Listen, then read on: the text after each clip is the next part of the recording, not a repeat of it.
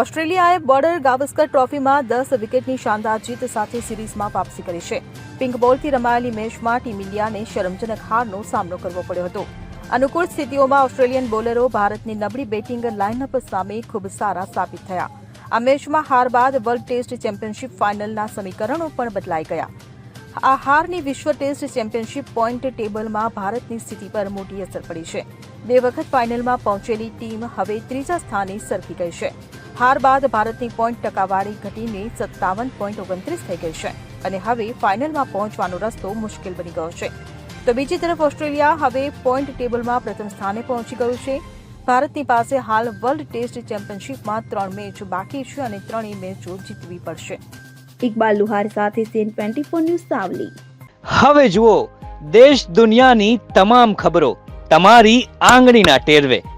ઉઠાવો મોબાઈલ અને Google Play Store પરથી ડાઉનલોડ કરો અમારી CN24 ન્યૂઝ મોબાઈલ એપ.